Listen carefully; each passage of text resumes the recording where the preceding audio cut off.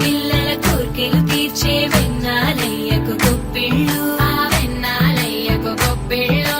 ముద్దుల గుమ్మ బంగారు బొమ్మ రుక్మిణమ్మకు గొప్పిళ్ళు ఆ రుక్మిణమ్మకు గొప్పిళ్ళు గొప్పియల్లో గొప్పియల్లో కొండానయ్యకు గొప్పిళ్ళు ఆది లక్ష్మి అలమేలమ్మకు అందమైన గొప్పిళ్ళు